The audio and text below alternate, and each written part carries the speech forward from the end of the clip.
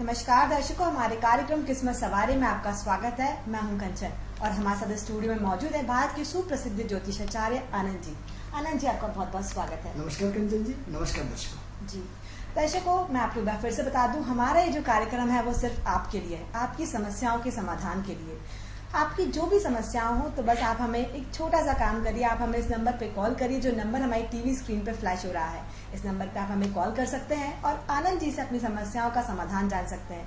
आनंद जी हमारे साथ स्टूडियो में इसीलिए मौजूद हैं कि आपकी जो भी समस्या हो उसका समाधान बता सकें। आपका कैसा रहेगा आज का दिन, कैसा रहेगा आपका भविष्य, क्या चल रहा है आपके जीवन में, कैसी जो भी परेशानियां आपके जीवन में चल रही हैं वो आप आनंद जी से जान सकते हैं कि आपको क्या करना चाहिए और क्या नहीं करना चाहिए। तो बस आप हमें इस नंबर पे कॉल करें जो नंबर हमारी टीवी स्क्रीन पे फ्लैश हो रहा है। जी, तो आनंद जी आज हम अपनी चर्चा का दौर जारी करते हैं। आनंद जी, मैं आपसे आज ये जानना चाहूंगी कि गुरु का आज अभी बहुत चर्चाओं में है, तो मैं भी आपसे यही जानना चाहूंगी कि गुरु का हमारी जीवन पे क्या प्रभाव पड़ता है। कंचन जी, बहुत अच्छा प्रश्न किया। आप ये देखिए कि आज पूरा टीवी चैनल गुरु के माध्यम से आज पूरा का पूरा दौर हर व्यक्ति गुरु के बारे में जागृत हो चुका है। पहले के जमाने में गुरु व्यक्ति इतना जागरूक हो गया आज के जमाने में कि हर व्यक्ति को मालूम हुआ है कि आज मिथुन राशि से गुरु कर्क राशि में प्रवेश कर गया। हर व्यक्ति भविष्य के प्रति उत्सुक है, हर व्यक्ति भविष्य के प्रति जागृत है। अब हम आपको ये बताना चाहते हैं कि गुरु का रोल क्या है, गुरु चाहता क्या है, गुरु के सिद्धांत क्या है, गुरु के आदर्श क्या है, गुरु की प्रवृत्ति क्या है, गुरु की सोच क्या है, गुरु के काम करने का तरीका क्या है, गुरु का आपके जीवन में किस तरह बैलेंस होना चाहिए, गुरु ने आपको अपने जीवन में किस तरह का बैलेंस बना रखा है। जी। हम ज्योतिष में या किसी भी क्षेत्र में सबसे पहले हम बात करते हैं देश काल वातावरण परिस्थिति की। आज आप काय में जी रहे हैं, कलयुग में जी रहे हैं। बिल्कुल। तो कलयुग में क्या होता है, कलयुग जैसा काम हुआ, क्योंकि जो युग आपने चार बनाए हैं तो सतयुग में सतयुग जैसी बात होगी, कलयुग में कलयुग जैसी बात होगी। अब सवाल ये, जब आप यदि जो कुछ बनाया सिद्धांत आपने ईश्वर को मानते हैं तो ईश्वर ने कलयुग बनाया ना, तो कलयुग में कलयुग जैसे सिद्धांत तो होंगे। अब कलयुग में सतयुग जैसे सिद्धांत कहाँ लाओगे। जैसे गुरु का काम है ज्ञान बढ़ाना, गुरु का काम है आदर्श होना, गुरु का काम है अपने नियमों और पालनों का आचरण करना, गुरु का काम है अपने जीवन और व्यक्तित्व को सुधारना, गुरु का काम है अपने जीवन की दिनचर्या को पूरा व्यवस्थित रखना। अब प्रश्न ये उठता है, मैं कंचन जी आपसे पूछना बताना चाहूंगा दर्शकों को कि आप देखो कि आज व्यक्ति इतना व्यस्त है, आज व्यक्ति इतनी भागा दौड़ी कर रहा है। यदि हम गुरु के सिद्धांतों पर काम करते कि हम सुबह सूर्य उदय होने से पहले उठना चाहिए, अब ये गुरु एक सिद्धांत है। अब प्रश्न ये होता है ये कहाँ लागू होता है, सतयुग में।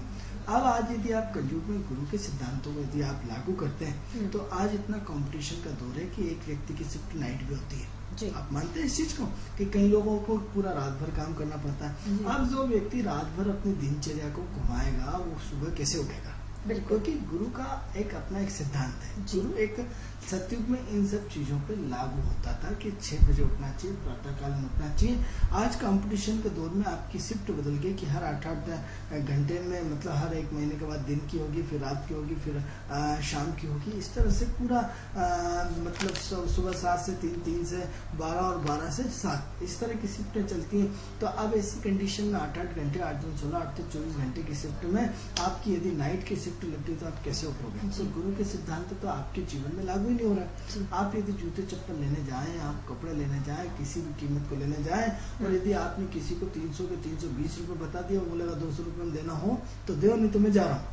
आप वही चीज का आप उसको छोड़ जाएंगे, आप खुद उस चीज को छोड़ जाएंगे और उसी दूसरी दुकान वाले को जाएंगे, वो 300 की चीज 600 बताएगा, आप उससे बार्गेनिंग करेंगे और 400 450 में लेके आ जाएंगे। आप कहो, आपको कल भी हमने बताया था दर्शकों कि यदि आप कहीं किसी से आपने पैसे ले लिए, वो आपका फोन आया, उन्हें कहा, उन्हें अभी तो मैं घर से बाहर हूँ, दिल्ली में बैठा हूँ या सीहोर बैठा हूँ या विदिशा हूँ, जबकि आप घर में बैठे हो। अब यदि आप ईमानदारी से झूठ नहीं बोलते तो आपके चढ़ पे आ जाता है, आपको 2 दिन का टाइम मिल गया, उन्हें 2 दिन के लिए बाहर रुकते में आपकी व्यवस्था हो गई। आज झूठ बोलना आपकी मजबूरी है, आज झूठ बोलना आपकी दिनचर्या का हिस्सा है, आज झूठ बोलना आपके कर्म का हिस्सा है, आज झूठ बोलना आपकी दिनचर्या का हिस्सा है। अब क्या सिद्धांत क्या कहता है, आदर्श क्या कहता है।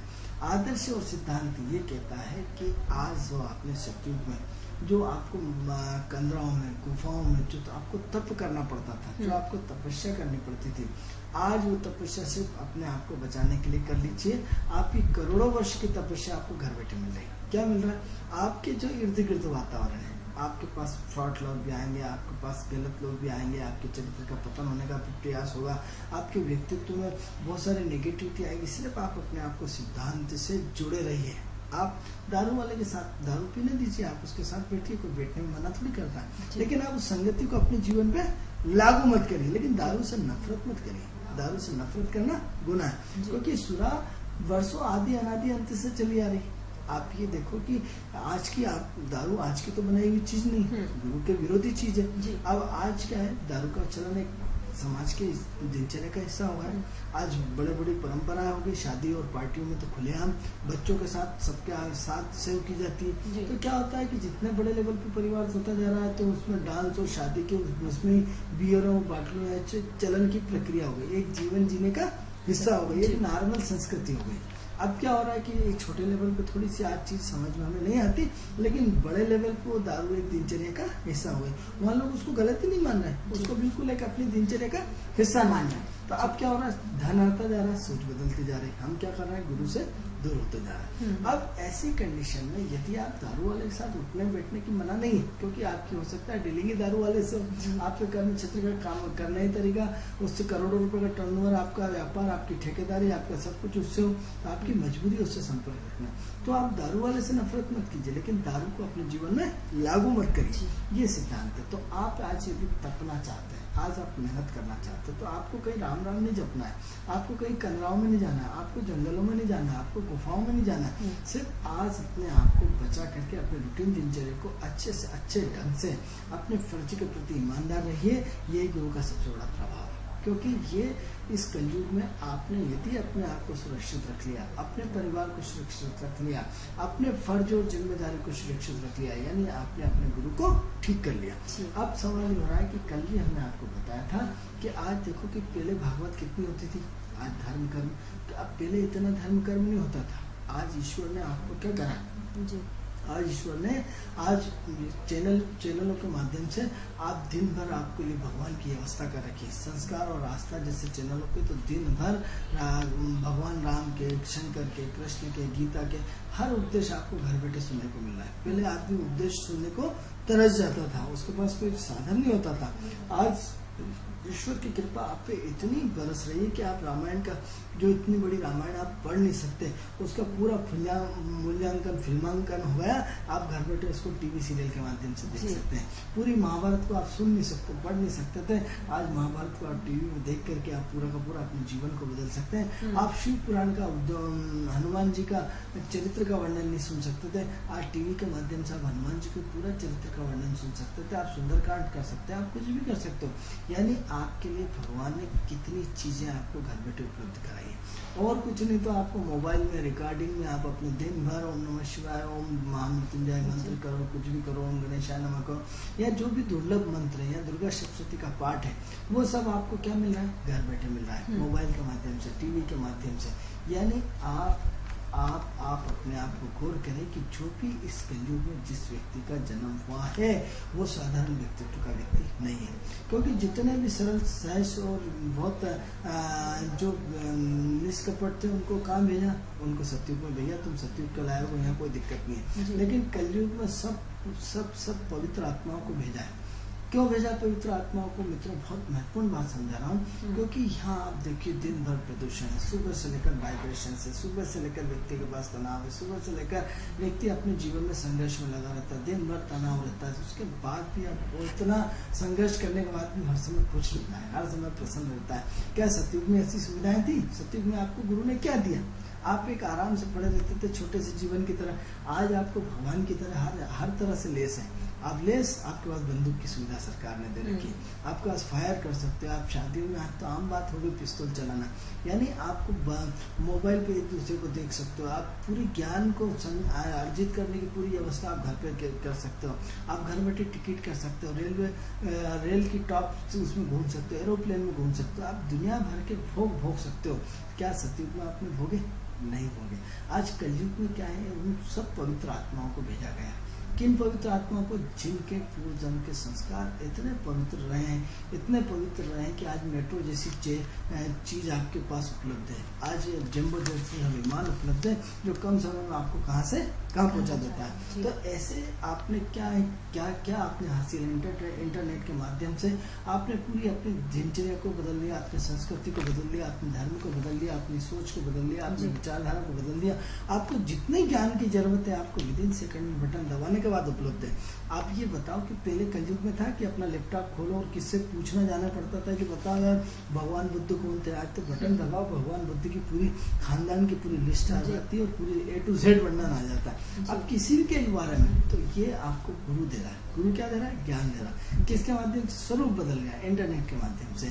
तो आज आप वो हैं, आज धरती पे जो भी पैदा हुआ वो हम उनको सबको बहुत पवित्र आत्मा मानते हैं। वो पवित्र आत्मा मानते हैं कि जिसको हम प्रणाम करते हैं, जिनका हम वंदन करते हैं, क्योंकि आज आपको संपूर्ण भौतिक सुविधा, आपको गाड़ी है, घोड़े है, बंगले हैं, लग्जरियस चीजें हैं, AC है, एयर कंडीशन है, आपको क्या नहीं, अच्छा खाना, अच्छा रहना, अच्छा सोना, अच्छी गाड़ी, सब कुछ सुविधाएं आपको उपलब्ध है इसके युग में। आप और क्या चाहिए आपको? ये किसके माध्यम से हो रहा है? गुरु के माध्यम से होता है। लेकिन स्वरूप बदल गया। क्या हो गया? स्वरूप बदल गया। अब गुरु किसके अधीनस्थ हो गया? राहु के अधीनस्थ हो गया। राहु गुरु का चांडाल योग भी बनता है, राहु गुरु का एक फ्लो बनता है, उस फ्लो में आपको संपूर्ण सुविधाएं उपलब्ध हो रही है। अब प्रश्न ये हो रहा है कि इस गुरु को हम क्या कहें? इस गुरु को हम सिद्धांत कहें। अब बताएं सिद्धांत कहें इसको कैसे? आप देखो गुरु का प्रभाव आप अपने उसमें देखिए कि पहले व्यापार को आप बहुत अच्छा मानते थे, हर व्यक्ति दुकानदारी करना चाहता था। आज विगत 10 साल के अंदर गुरु का प्रभाव देखिए कि शिक्षा कहाँ से कहाँ पहुँच गई। यदि आप IIM कर लेते हो, IIT कर लेते हो या ITech वाले सिस्टम, जो भी इंजीनियरिंग की, जो भी IIT के जो भी बड़े टॉप लेवल का कोई भी डिप्लोमा करते हो, तो आपकी कम से कम आपका 20 लाख से 50 लाख से लेकर 1 करोड़ तक का पैकेज आपके पास उपलब्ध है। आप बताओ एक किसी धंधे में 1 करोड़ रुपए एक साल में, 80 लाख रुपए एक साल में आप कमा सकते हो? दर्शकों बिल्कुल नहीं कमा सकते। लेकिन पहले व्यापार में होता था। आज व्यापार की वैल्यू क्या हो गई? शून्य हो गई। कंपटीशन का दौर हो गया। लेकिन शिक्षा का प्रभाव भयंकर बढ़ गया। शिक्षा का स्वरूप बदल गया। शिक्षा बुद्ध से जुड़ गई। शिक्षा व्यवसाय बन गई। शिक्षा का वो चरम सीमा बन गई कि जिसकी की कल्पना नहीं कर सकते आप। और यदि करें तो आप यदि पिछले सतयुग में जाएंगे तो सब अनपढ़ थे, आज इस कलयुग में जाओगे तो सब पढ़े लिखे होते जा रहे हैं। आज आपके परसेंटेज देखो, केरल जैसे प्रदेश में तो आज से 10-20 साल पहले 100% साक्षर था। आज तो पूरी सरकार इतनी, गवर्नमेंट घर में परिवार में चाचा काका बाबा अड़ोसी पड़ोसी सब इतने जागरूक कि कोई भी गंवार नाम का व्यक्ति रहा ही नहीं। गाँव में रहने वाले व्यक्ति का बच्चा जो भैंस चलाता था वो भी कलेक्टर, कमिश्नर, इंजीनियर बन रहा। यानी शिक्षा का दौर कितनी तेज गति से डेवलपमेंट हो रहा है। यानी आज शिक्षा आपके शहर, आपके गाँव में आपके कितने इंजीनियरिंग कॉलेज होते थे, कितने एजुकेशन, आज तो हर गली मोहल्ले में कॉलेज है और एजुकेशन और स्कूल है। यानी शिक्षा का प्रसार कितनी तेज बढ़ा, किसके कारण? गुरु के कारण। तो आज क्या हुआ? शिक्षा नहीं रह गई। अब आपको शिक्षा का शिक्षा का बहुत बड़ा व्यापार हो गया। यानी क्या हुआ? गुरु ने अपनी चाल को बदला। अब ईमानदारी से आपको ज्ञान का लेक्चर मिलता था, आप नहीं लेते थे। गुरु ने अपना रूप बदला और रूप बदल के ऐसी स्पीड पकड़ी, हर व्यक्ति अपने स्वाब, मेरा बच्चा डॉक्टर बनना चाहिए, मेरा बच्चा इंजीनियर बनना चाहिए, मेरा बच्चा IIT में फर्स्ट आना चाहिए, मेरा बच्चा ऐसा होना चाहिए, मेरा बच्चा, यानी एजुकेशन के माध्यम से। एजुकेशन मतलब शिक्षा के माध्यम से। यानी शिक्षा का वो प्रभाव पड़ता जा रहा है मित्रों कि इतने सारे इंजीनियरिंग कॉलेज हो गए, इतने सारे मेडिकल कॉलेज हो गए, इतने सारे न जाने किस किस चीज़ के कॉलेज हो गए, इतने सारे मतलब बाहर की विदेशी शिक्षा के कॉलेज हो गए, इतने सारे बच्चे कभी विदेश पढ़ने नहीं जाते थे, आज इतने सारे बच्चे विदेश ट्रेनिंग में जा रहे हैं। किसके कारण? गुरु के कारण। यानी गुरु आपकी मानसिकता को बदल के, व्यापार की कंडीशन को दूर करके आज उसने शिक्षा को सब कुछ प्रथम प्राथमिकता दे दी। क्योंकि आज शिक्षक गुरु के माध्यम से आपको 1 करोड़ का पैकेज मिल रहा है।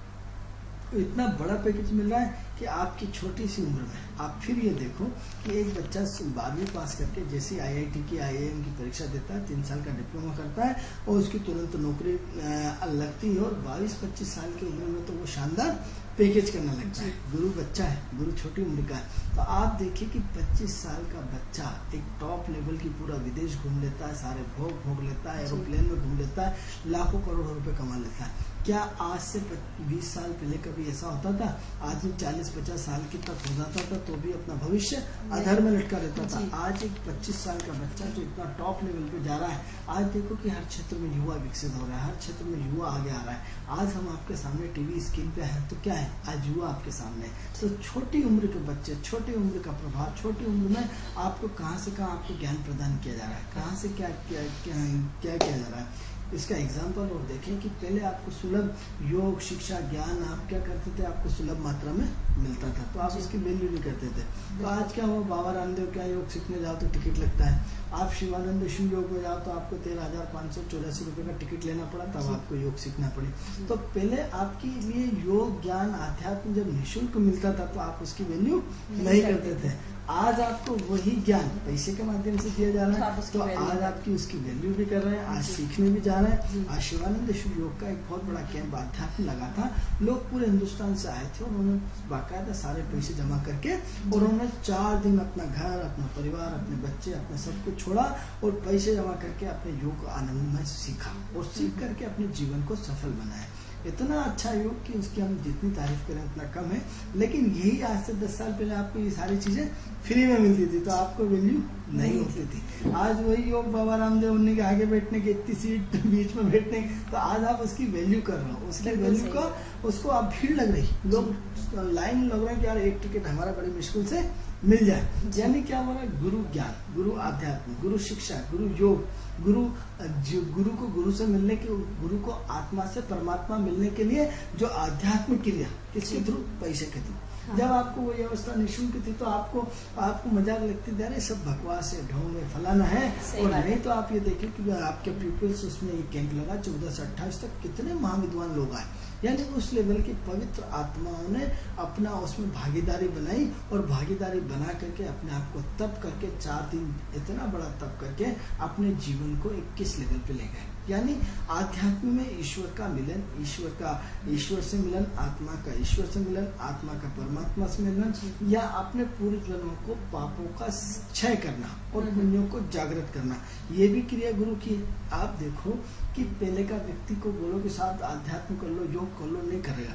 आज व्यक्ति जैसे ही सक्षम और समर्थ होता होना शुरू हो जाता है तो वैसे ही आध्यात्मिक शरण में जाना शुरू हो जाता है। कहीं न कहीं हर व्यक्ति के गुरु हैं। आप ये देखो कि पहले व्यक्ति कितने गुरु बनाता था, आज आप देखो कि यदि नहीं होते तो कितने सारे, हर संस्था के जो टीवी में आते हैं उनके लाखों अनुयायी है, लाखों फॉलोअर है, लाखों सब कुछ है। किसके कारण, गुरु के कारण। आज देखिए कि हर व्यक्ति कहीं न कहीं आध्यात्म से जुड़ा हुआ है, हर व्यक्ति आध्यात्म की कहीं न कहीं लय को जुड़ा होता है। यही हम पहले योगा की बात करते तो उन्हें कह रहे सब योगा क्या होता है, सब फालतू की बात है। आज बाबा रामदेव ने पूरे हिंदुस्तान में योगा की स्थापना कर दी, हर व्यक्ति योगा सीख रहा है, योग सीख रहा है, योग की क्लासें लग गई। जो हमारी संस्कृति जो खत्म हो गई थी, जो गुरु के कारण वापस पुनः रिवर्स होकर के हम आध्यात्मिक ओर प्रवेश कर रहे हैं, योग की तरफ प्रवेश कर रहे हैं। तो इतना बड़ा योग किसके माध्यम से हो रहा है, गुरु के माध्यम से हो रहा है। यानी इसका स्वरूप, इसका उदाहरण हम बताएंगे कि गुरु और शुक्र का कॉम्बिनेशन जो है वो प्रकृति और आयुर्वेदिक को रिप्रेजेंट करता है। क्या आती है हमारी आयुर्वेदिक की दशा, क्या आती है हमारी आयुर्वेदिक कंपनियों की स्थिति, हम आयुर्वेदिक इलाज कराना पसंद नहीं करते थे। आज स्थिति ये है बाबा रामदेव के कारण कि आयुर्वेदिक का वापस फ्लो चेंज हुआ। आज आयुर्वेदिक के हॉस्पिटल खुल गए, गवर्नमेंट ने मतलब होम्योपैथिक आयुर्वेद के साथ साथ, आयुर्वेदिक के साथ साथ, जो अंग्रेजी दवाओं के साथ साथ एक आयुर्वेदिक कंपलसरी कर दिया। आज आयुर्वेदिक का इतना प्रचार प्रसार होगा कि यदि टीवी चैनल के माध्यम से देखेंगे तो 2 चीजों की भरमार है, एक तो ज्योतिष की और एक आयुर्वेदिक डॉक्टरों की। यानी 2 चीजों का दिन भर चैनल चलता है। तो कितनी सारी चीजें आज लोग जा रहे हैं और आयुर्वेदिक जड़ी बूटियों का प्रयोग कर रहे हैं। जड़ी बूटियां जो हमारी विलुप्त हो चुकी थी, भारतीय संस्कृति की जड़ी बूटियां आज पुनः उनके लिए वापस प्रवेश हो रहा है और लोग जागरूक हो रहा है, उन जड़ी बूटियों के माध्यम से अपने आप को जागृत कर रहे हैं। किसके कारण, गुरु के कारण। अब ये गुरु आपके लिए कहीं न कहीं एक नई क्रांति लाने वाला है, एक नई संस्कृति को लाने वाला है, एक नई सोच को लाने वाला है। अब क्यों लाने वाला है, यदि हम भारत की कुंडली देखते हैं तो वृषभ लग्न की भारत की कुंडली है और आज गुरु उनके पराक्रम भाव में आया है। अब पराक्रम भाव में आया तो सीधी सीधी पराक्रम भाव में यदि उसकी भाग्य भाव में दृष्टि है, अब भाग्य भाव में मित्रों दृष्टि है तो ये भाग्य आपको कहां से कहां ले जाकर के छोड़ेगा। आप मित्रों यकीन मानिए कि ये आपका ये जो आज से गुरु चेंज हुआ है ये भारत की दिशा और दशा बदलने वाला है। यानी 1 साल के अंदर भारत और भारत के संस्कृति का वो प्राचीन संस्कृति का उदय होने वाला है। इसका एग्जाम्पल देखिए कि भारत जो गुरु है वो हिंदी भाषा को रिप्रेजेंट करता है और जो शनि है राहु है वो विदेशी अंग्रेजी भाषा को रिप्रेजेंट करता है। क्या सरकार ने करा, पूरे भारतवर्ष में हिंदी को लागू कर दिया, जिसका कि आप देख रहे हैं कि आंध्र प्रदेश के मुख्यमंत्री ने विरोध किया, उसके पुतले जलाए जा रहे हैं। यानी भारत की जो भारतीय संस्कृति की भाषा हिंदी थी हम उसको पुनर्जीवित कर रहे हैं। चाहे माध्यम सरकार बनी या माध्यम कुछ भी बना, लेकिन हम हमारे गुरु को मानते हैं कि इस गुरु के कारण अब सबसे पहले भारत का भाग्योदय, इस वक्त पूरा ये वर्ष भारत का भाग्य के नाम है। किसके नाम है? भाग्य के नाम। क्योंकि वृषभ लग्न की पत्रिका में 3 भाव में पराक्रम में गुरु बैठ करके गुरु को भारत के व्यापार को बढ़ाएगा, भारत के भाग्य को बढ़ाएगा और भारत के महत्वाकांक्षाओं को पूरा करने का समय आ गया है। यानी जो भारत की महत्वाकांक्षा है, अब आप देखेंगे कि विगत वर्ष 1 महीने के बाद, ठीक 1 महीने के बाद भारत की भारतीय संस्कृति का बदलाव आना शुरू हो जाएगा। क्योंकि कोई भी ग्रह आते से चार्ज लेता है तो थोड़ा सा टाइम तो लगाता है, क्योंकि गुरु कल परिवर्तन हुए हैं। अब इसके बाद देखिए कि 20 साल के बाद भारत की स्पीड किस तरह बढ़ रही, भारत का व्यापारिक स्तर कितना लेवल बढ़ जाएगा, भारत की बौद्धिक संस्कृति कितनी बढ़ जाएगी, भारत की पुरातन प्राचीन संस्कृति से जुड़ी हुई चीजें कितनी बढ़ जाएंगी। आप देखो कि हमारे यहाँ जो मकान बनते थे वो झोपड़ी के बनते थे। क्यों बनते थे? उसमें जो झोपड़ी का जो पिरामिड है वो गुरु का एक ऊर्जा का केंद्र है। क्यों है? मंदिर में जो आपको शिखर बनाया जाता है उसमें जो पिरामिड ऊर्जा का आपका संचार होता है। जैसे ऊपर की ऊर्जा उस शिखर पे जाती है और शिखर से आपके उसमें मारती है, तो क्या होता है मंदिर जाने के बाद आप बड़े खुश हो जाते हैं, बड़े प्रसन्न हो जाते हैं, आप अपने आप से प्रसाद लेने के बाद एनर्जेटिक महसूस करते हैं। आप क्या हुआ, आपने मकान को फ्लैट बराबर सिलों में बना दिया, तो उसके कारण उसकी जो ऊर्जा का है वो रूपांतरण हो गया, रूपांतरण होकर के वो कन्वर्ट हो गई और जो आपको वास्तु दोष के रूप में मिलने लगी। तो क्या हुआ, हम वापस ये देख पा रहे हैं कि वापस उसी पिरामिडों का चलन बढ़ता जा रहा है। अब क्या हुआ, कवेलू हमारी भारतीय संस्कृति को रिप्रेजेंट करता है। कवेलू जो मकानों के ऊपर वापस चलन शुरू हो गया। बड़े से बड़े घर में देखिए कि छत में वो पिरामिड के आकार की झोपड़ी बना करके पक्की और उसके ऊपर कवेलू रखे जाते हैं। किसके कारण? गुरु के कारण। तो जो कवेलू बनते हैं वो हमारे गुरु के कारण बनते हैं, गुरु की संस्कृति के कारण बनते हैं, गुरु के सिद्धांतों के कारण बनते हैं। तो ये गुरु भारत की दिशा और दशा दोनों बदलने वाला है। अब दोनों बदलेगा तो इतनी तेज गति से बदलेगा कि हम आपसे सिर्फ 1 महीने का टाइम ले रहे हैं। 1 महीने के भारत की प्रगति का समय आ चुका है और जैसे ही 20 साल आएगी, 20 साल के बाद भारत और भारत का व्यापार और भारत की व्यापार की दशा और भारत की भाग्य की दशा इतनी स्पीड में हो जाएगी कि आप कल्पना नहीं कर सकते। अब प्रश्न ये हो रहा है कि गुरु क्या है कि कर्क राशि में आया है। कर्क राशि बुद्धिमताओं की राशि है।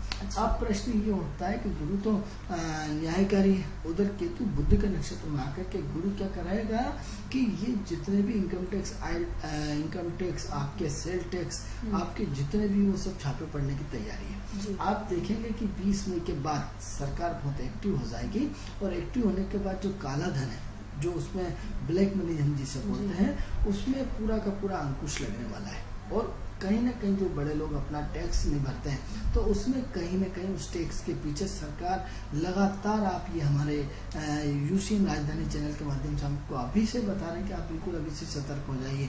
यदि आप टैक्स नहीं भरते हैं तो आपने पूरे ईमानदारी से जब जागे तब सवेरा। आज ही हमारे ज्योतिष चैनल के माध्यम से हम आपको बार बार बता रहे हैं कि आप सक्रिय हो जाए, क्योंकि आने वाले समय में ये पूरा वर्ष कहीं न कहीं सेल टैक्स, इनकम टैक्स और जितने भर के छापे पड़ सकते हैं, काला बाजारी के पूरे छापे पड़ेंगे और छापे पड़ने के साथ साथ पूरी उनकी स्थिति में भारतीय जो दशा और दिशाएं दोनों बदलेगी। जी। तो यदि आप कहीं भी आपने यदि जीवन में थोड़ा सा गलत किया है तो अपने व्यापारिक और व्यापारिक पोजीशन को सुधारिए और नियम के साथ अभी से जुड़ने का प्रयास करें, जिससे कि आने वाले समय में आपको दिक्कत ना हो। लेकिन पक्के में आपका ये नहीं तो ये छापे पड़ने की बिल्कुल तैयारी है और ये बड़े लेवल पे छापे पड़ेंगे।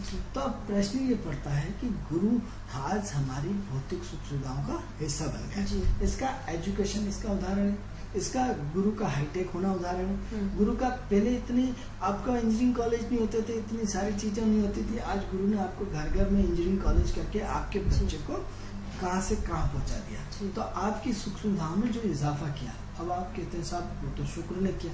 शुक्र नहीं करता है, शुक्र तो आपको सुख सुविधाएं उपलब्ध कराता है। अब सुख सुविधाएं, आपके पास दिमाग होगा, आपने पढ़ाई करी तो सुख सुविधाएं उपलब्ध होंगी। अब आपने पढ़े ही नहीं होते, डॉक्टर नहीं बने होते, इंजीनियर नहीं बने होते, तो सुख सुविधाएं कहाँ से आती। तो जो भौतिकता का समर्पण आया वो गुरु के माध्यम से आया। यदि पहले गुरु आपको पढ़ाता नहीं, लिखाता नहीं, आगे नहीं बढ़ाता, बुद्धि नहीं देता, आप कंपटीशन फेस नहीं करते, आप 5 साल इंजीनियरिंग पढ़ते हैं या आप अपने आप को शिक्षा के माहौल में नहीं रखते, आप वर्किंग नहीं करते, तो शुक्र कहाँ से आपको आगे बढ़ा देता। तो कहीं ना कहीं आपको गुरु जरूर बढ़ा रहा है। अब सवाल ये हो रहा है कि इस बार जो आपके जो है वो भ्रूण हत्या में कमी आएगी, क्योंकि गुरु छोटे बच्चों को रिप्रेजेंट करता है। तो क्या होगा, जो कन्याओं को, बच्चों को छोटे गर्भ में ही उनको गर्भपात करवा देते थे, इस वर्ष गर्भपात में कमी आएगी। डीएनसी जो होती थी उसमें कमी आएगी। बच्चों में एक गुरु के कारण जागरूकता बढ़ेगी, महिलाओं में जागरूकता बढ़ेगी, गाँव में जागरूकता बढ़ेगी कि कहीं ना कहीं बच्चे लड़के और लड़की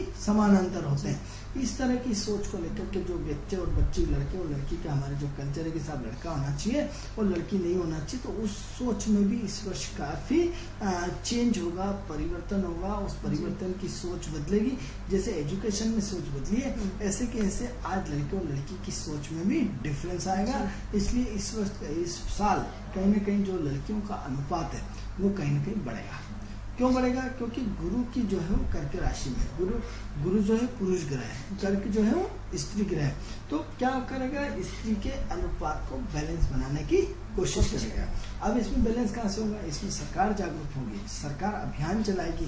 देखिएगा आने वाले समय में कि सरकार का एक ऐसा अभियान चलेगा जो गर्भपात को रोकने के लिए और लड़के लड़की को समानांतर अधिकार देने के लिए, जैसे लाडली योजना तो चली है, लेकिन ऐसे हर प्रदेश में ऐसी योजना लाडली लक्ष्मी जैसी लागू होगी, केंद्र सरकार से लागू होगी। अभी तक तो हमारे प्रदेश से लागू हुई है ये योजना, लेकिन ये योजना प्रदेश से न होकर के, क्योंकि गुरु तो पूरे ब्रह्मांड के लिए बदला है, किसी प्रदेश के लिए नहीं बदला है। तो क्या होगा कि लाडली लक्ष्मी योजना जैसी योजना है वो सीधी केंद्र में जाएगी और केंद्र के थ्रू पूरे भारतवर्ष में लागू होने वाली है। ऐसी और भी योजनाएं बनने वाली है इस वर्ष, बहुत महत्वपूर्ण योजना। अब कब आपकी सरकार योजना बनाएंगी और कब पास करेंगी, हम आपको ज्योतिषियन चैनल के माध्यम से आपको आज घर बैठे आपको बता रहे हैं कि सरकार इस तरह की नई योजना लाने वाली है। और नई योजना ला करके हमने ऐसा नहीं कि हमने धूल में लट लगाई है, किसी से सुन लिया, हमने आपको साइंटिफिक रीजन बताया कि गुरु पुरुष है और जो कर्क राशि वो स्त्री है। यानी क्या हुआ, स्त्रियों के लिए उनको सुरक्षा देने का कवच कुंडल बनाना, उनको कवच कुंडल तैयार करना। तो क्या होगा, ये सरकारी तामझाम के माध्यम से एक जन जागृति आएगी। इसमें सजा का प्रावधान बढ़ेगा, इसमें उन डॉक्टरों को भी भयंकर सजाएं मिलेंगी यदि उन्होंने गर्भपात किया या करवाया।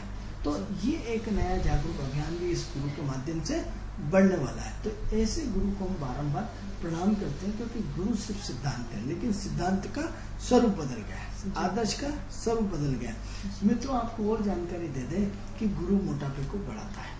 मंगल दुबला ग्रह होता है, गुरु मोटा ग्रह होता है। तो आज देखो कि आज गुरु छोटे बच्चों को रिप्रेजेंट करता है। तो आप देखो कि आज महिलाएं और बच्चे कितने मोटे होते जा रहे हैं जी। आप देखेंगे कि मोटापे की संख्या लगातार वृद्धि होती जा रही है।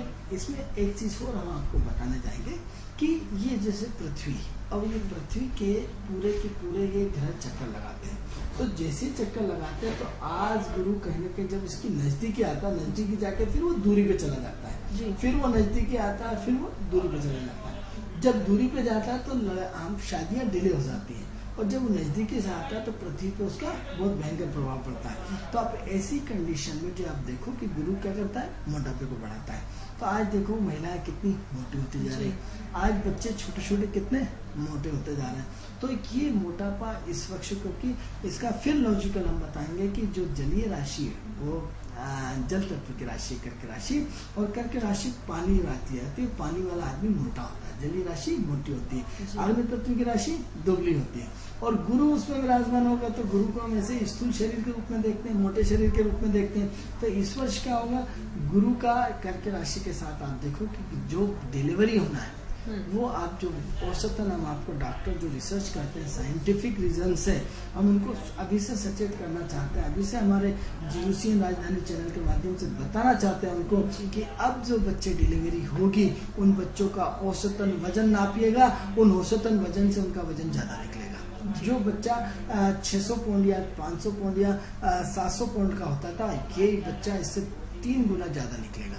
3 गुना उसका वजन हेल्थी होगा, 3 गुना बड़ा होगा। उसमें हेल्थ की, इसमें सारे बच्चे हष्ट पुष्ट और मोटे पैदा होंगे। अब ये साइंस है, ये साइंटिफिक रीजन है। आप कहते हैं ज्योतिष नहीं होता, हम आपको अभी से जो लोग इस विषय पे रिसर्च करते हैं कि डिलीवरी में बच्चे स्वस्थ क्यों नहीं हो रहे हैं, तो हर खेल ग्रहों के प्रभाव के कारण है। तो इस वर्ष जितने भी बच्चे होंगे आप देखिए, कल 19 तारीख की शाम से जैसे ही गुरु राशि परिवर्तन कराए, आप डिलीवरी पे पूरे 1 साल तक 13 महीने तक गुरु इस राशि में रहेगा, आप देखेंगे कि सारे बच्चे हष्ट पुष्ट और तंदुरुस्त पैदा होंगे और बिल्कुल हेल्थी होंगे। अब आप इसमें रिसर्च कर सकते तो करें।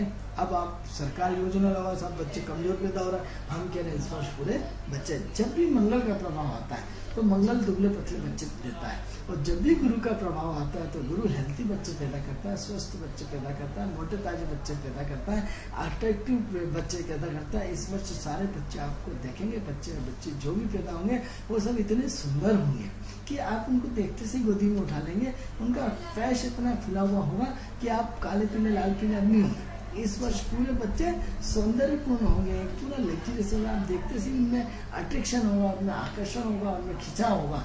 ये साइंस है, ये एस्ट्रोलॉजी है। क्योंकि बच्चा कब पैदा हो रहा है हम आपको पहले ही एडवांस, कई बार लोग आरोप लगाते हैं सब घटना घटने के बाद आप बताते हो, हम घटना के पहले आपको बता रहे हैं कि इस वर्ष छापे ज्यादा पड़ेंगे, इस वर्ष भ्रूण हत्या पे बहुत अंकुश लगेगा, इस वर्ष जो बच्चे होंगे मोटे ताजे और हेल्थी पैदा होंगे, इस वर्ष उनका वजन आपके औसतन वजन से ज्यादा होगा। ये हम आपको अभी से बता रहे हैं। आप इस पर रिसर्च करिए, आपको अच्छा लगता है तो आपका इतना हमें भी खुशी होगी कि हमारा जो प्रेडिक्शन है हमें 100% सही पाया। तो ये गुरु के अपने कारण है। अब बात ये हो रहा है कि एक और इसमें पार्ट छूट रहा है कि हमारी जो पुरातन जो संस्कृति है, जो कि शनि गुरु के नक्षत्र में चला है, शनि गुरु के नक्षत्र, और शनि जो है हमारी प्राचीन संस्कृति, प्राचीन धर्म, प्राचीन परंपराओं को रिप्रेजेंट करता है। तो आप देखिए कि इस बार सरकार प्राचीन संस्कृति और प्राचीन धरोहर से जो चीजें छूटी हुई है उसके संरक्षण की व्यवस्था होगी, उसके लिए कानून बनेगा। आप ये देखिए कि हमारी इसका एग्जाम्पल, और एक चीज है प्राचीन संस्कृति से जो हमने बोला, इसका एग्जाम्पल देख लीजिए कि मार्च 2014 से शनि गुरु के नक्षत्र में है। अब गंगा नदी क्या है, हमारी प्राचीन संस्कृति की धरोहर है। यमुना क्या है, हमारी प्राचीन संस्कृति की धरोहर है। तो जितनी भी हमारी सब तरह की नदियां हैं, तो नदियां हमारी प्राचीन संस्कृति की धरोहर का हिस्सा है। आप देखिए कि एक विभाग ही अलग बन गए हैं। आप इसका एग्जाम्पल है कि एक विभाग ही अलग बना दिया, उनको उमा भारती बना दिया, आप सब नदियों का संरक्षण कीजिए। तो ऐसे जो भी प्राचीन संस्कृति से जुड़ी हुई जो भी चीजें, किसी संत की मजार हो सकती है, जो भी हमारे प्राचीन संस्कृति से जुड़े हुए अपने भोपाल की शहर, उन सब में गवर्नमेंट जागरूक होगी और इसका एक नया कानून बनाएगी, और नया कानून बना करके उसको पूरा का पूरा एक नए सुंदर रूप में प्रस्तुत करेगी। तो मित्रों, समय अभाव है, हम हमारी चर्चा को कल भी जारी रखेंगे। जी आनंद जी, बहुत बहुत धन्यवाद आपका, आपने हमें सही जानकारी दी गुरु के बारे में। दर्शक को हम कल फिर इस गुरु